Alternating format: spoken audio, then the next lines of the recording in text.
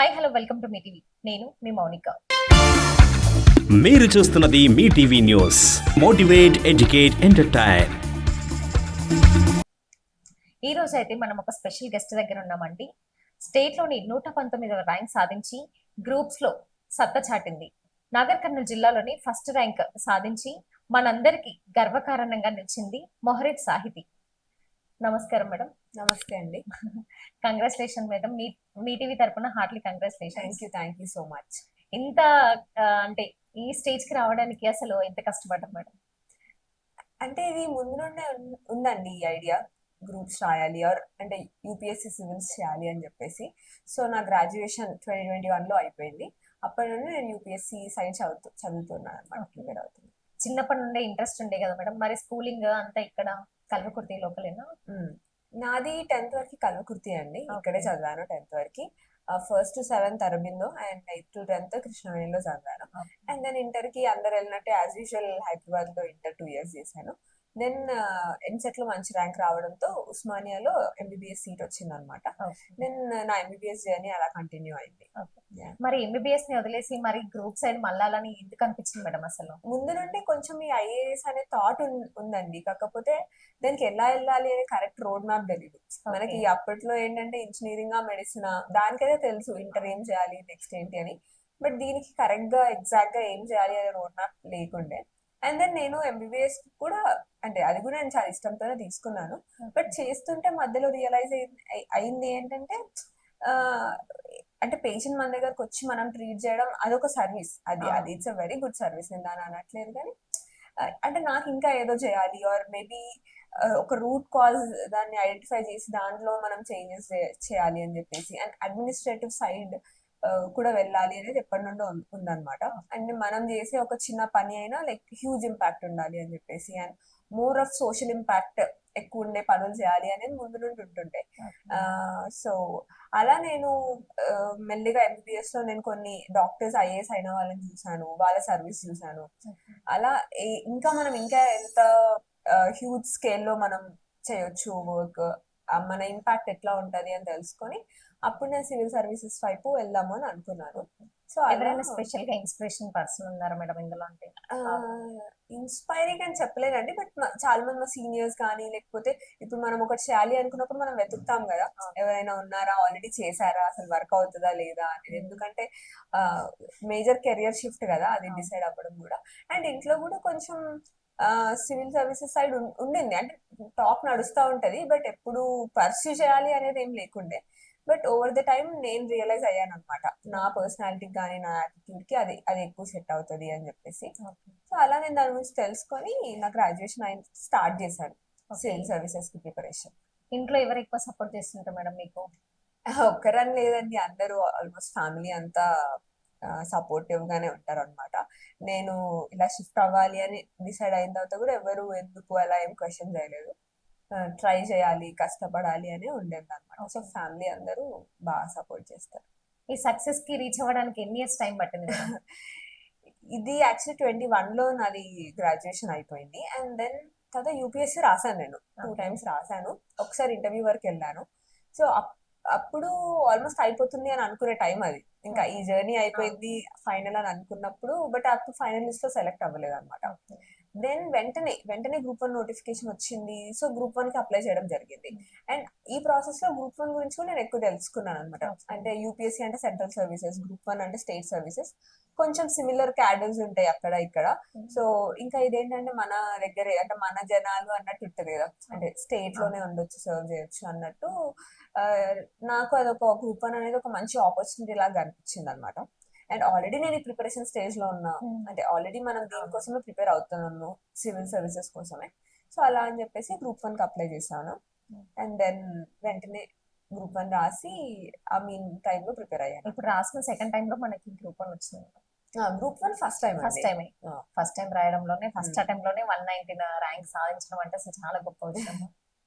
So ఎంత కష్టపడ్డారు madam మీరు? ఎన్ని హవర్స్ చదివేవారు? అంటే అది actually it's a long journey అండి. 21 తర్వాత నుండి స్టార్ట్ చేశాను ప్రిపరేషన్. సో ఇది ఏంటంటే స్పెషల్ గా గ్రూప్ 1 అండ్ యూపీఎస్సీకి మనకు ఒక 60% ఆఫ్ ద సిలబస్ సేమ్ ఉంటుంది. అంటే Indian side of the syllabus and Telangana. Group 1 ఏంటంటే ఇంకొంచెం 2-3 సబ్జెక్ట్స్ ఎక్కువ చదవాలన్నమాట. తెలంగాణ మూవ్మెంట్ అని, తెలంగాణ హిస్టరీ, ఎకానమీ, జియోగ్రఫీ ఒకటి. సో ఆల్రెడీ నాకేమొచ్చు సిలబస్ ప్రకారంగా నా దగ్గర ఏం నోట్స్ ఉంది, నాకేమొచ్చు అనేది చూసుకొని, అది కాకుండా నేను గ్రూప్ 1 కోసం స్పెషల్ గా ఏం చదవాలనేది నేను ముందే సెగ్రిగేట్ చేసుకొని అలా చదివాను అనమాట. ఎన్ని అవర్స్ అంటే అవర్స్ అని చెప్పలేనండి, 2-3 years ఆఫ్ జర్నీ ఇది, ఒక్క రోజులో వచ్చింది కాదు. బట్ కన్సిస్టెన్సీ అనేది ఇంపార్టెంట్. ఇప్పుడు ప్రిపేర్ అవుతున్న గ్రూప్స్ కి ప్రిపేర్ అవుతున్న వాళ్ళకి మీరు ఇచ్చే సజెషన్ ఏంటి మేడం?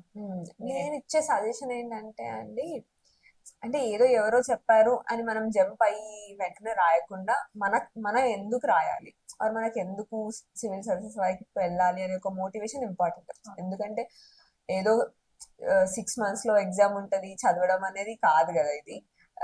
ఎగ్జామ్ ఉండడం ఒకటి, 1-2 years నుండి మనం ప్రిపేర్ అవ్వడం ఒకటి, లాంగ్ జర్నీ. సో మోటివేషన్ ఉండాలి. సో ఫస్ట్ వాళ్ళ రీజన్ స్ట్రాంగ్ ఉండాలి ఎందుకు రాయాలనుకుంటున్నారు అనేది. సెకండ్, కన్సిస్టెంట్ గా చదవాలి.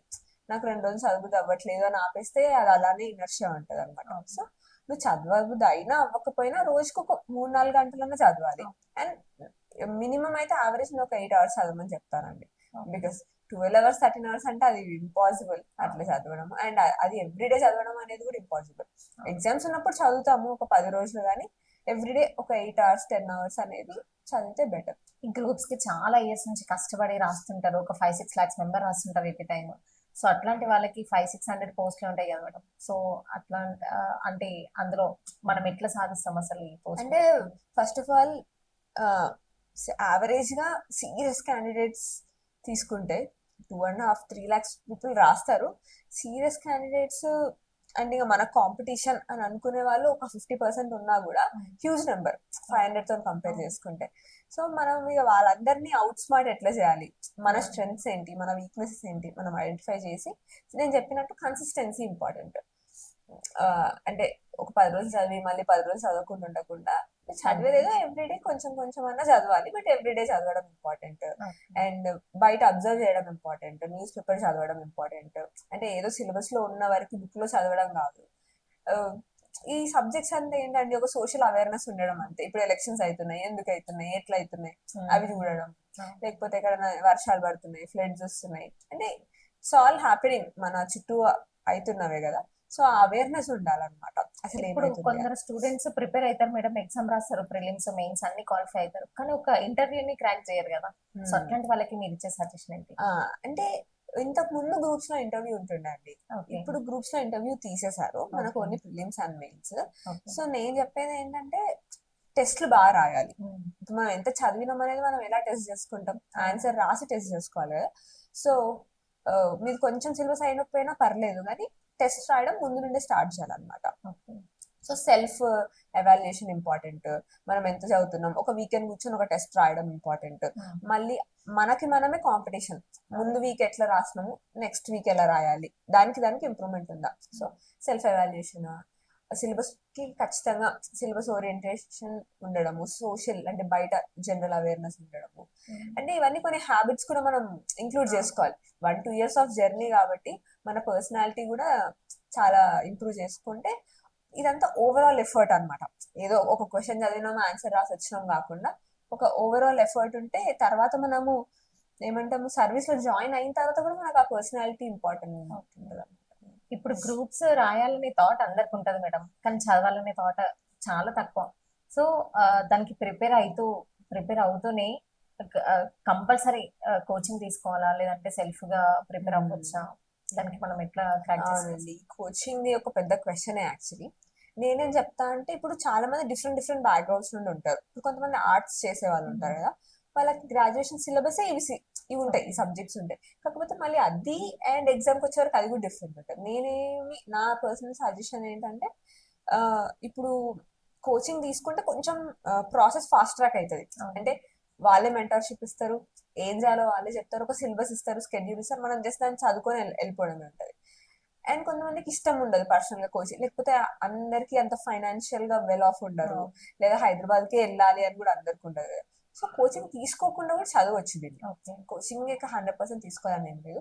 నేను యూపీఎస్సీ గానీ గ్రూప్ 1 కి కానీ ఏం తీసుకోలేదు కోచింగ్. ఇప్పుడు కొంతమంది యూట్యూబ్ లో మనకు చాలా రిసోర్సెస్ ఉన్నాయి, ఫ్రీ రిసోర్సెస్ ఉంటాయి కదా. సో అట్లా చేయొచ్చు. ఇప్పుడు యూట్యూబ్ ని చాలా మంది దాన్నే చూసుకుంటూ బేస్ చేసుకుంటూ చదువుతున్నారు కదా మేడం. సో అది మనకి యూజ్ అవుతుందా? అంటే ఇక అది మళ్ళీ పర్సనల్ అండి. మనము దాన్ని ఎంత టైం వాడతాము, దేనికోసం వాడతాము, అది కూడా ఇంపార్టెంట్. నాకు కూడా అంతే. ఇప్పుడు మనం ఒక వీడియో చూసినప్పుడు పక్కన చాలా డిస్ట్రాక్షన్స్ వస్తుంటాయి. అవును. మళ్ళీ ఇది చూసి అది క్లిక్ చేయడం, చూడడం అలా ఉంటది. బట్ ఇక మనది మనం కొంచెం అసలు ఎందుకు చదువుతున్నాం అనే ఒక థాట్ ఎప్పుడు ఉంటే కొంచెం మనల్ని మనం రిస్ట్రిక్ట్ చేసుకోవాలన్నమాట. ఓకే.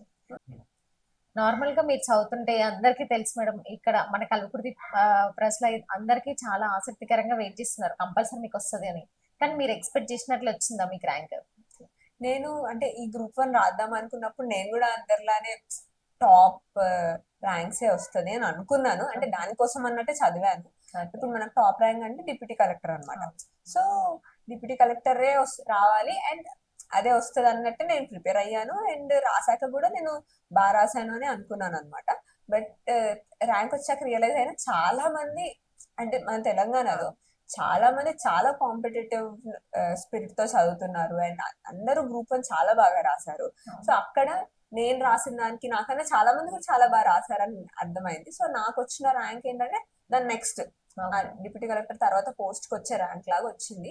ఓకే, అంటే దానికి కూడా నేను సాటిస్ఫైడ్, అలా అని ఏం లేదు. బట్ నేను తెలుసుకున్నాను ఎంత కాంపిటీషన్ ఉంది, మనము అసలు తక్కువ అంచనా వేయలేము, మనమే చదువుతామని అనుకుంటాం కానీ లేదు, చాలా కాంపిటీషన్ ఉంది, అందరూ బాగా చదువుతున్నారు. సో నాకు వచ్చిన ర్యాంక్ నేను సాటిస్ఫైడ్ అండి. ఈ ర్యాంక్ రాగానే మీ ఫీలింగ్ ఎట్లుండే మేడం? అసలు ఇంట్లో కానీ మీ కానీ? అందరూ హ్యాపీ అండి. బికాజ్ ఇది ఒక లాంగ్ జర్నీ కదా, 3 years 4 years నుండి మేము వెయిట్ చేస్తున్నాము. అసలు ఒక రిజల్ట్ వస్తుంది, మనం ఒకటి చూస్తే బాగుండు, ఒక సక్సెస్ చూడాలి అన్నట్టు చాలా మంది ఫ్యామిలీ కానీ నేను కానీ పర్సనల్లీ చాలా వెయిట్ చేస్తుండే అనమాట. సో ఈ ర్యాంక్ అయితే అందరికి అంటే చాలా హ్యాపీనెస్ ఇచ్చింది. చాలా మంది అదే అంటున్నారు మేడం, మిమ్మల్ని చూసి అంటే ఇన్స్పైర్ అవుతున్నారు చాలా మంది. ఇప్పుడు మన కల్వకుర్తిలోని అసలు ఇంత మంచి ర్యాంక్ రావడము, మన డిస్టిక్ లో ఫస్ట్ ర్యాంక్ రావడం, అసలు చాలా మంది స్టూడెంట్స్ అయితే మిమ్మల్ని చూసి ఇన్స్పైర్ అవుతున్నారు.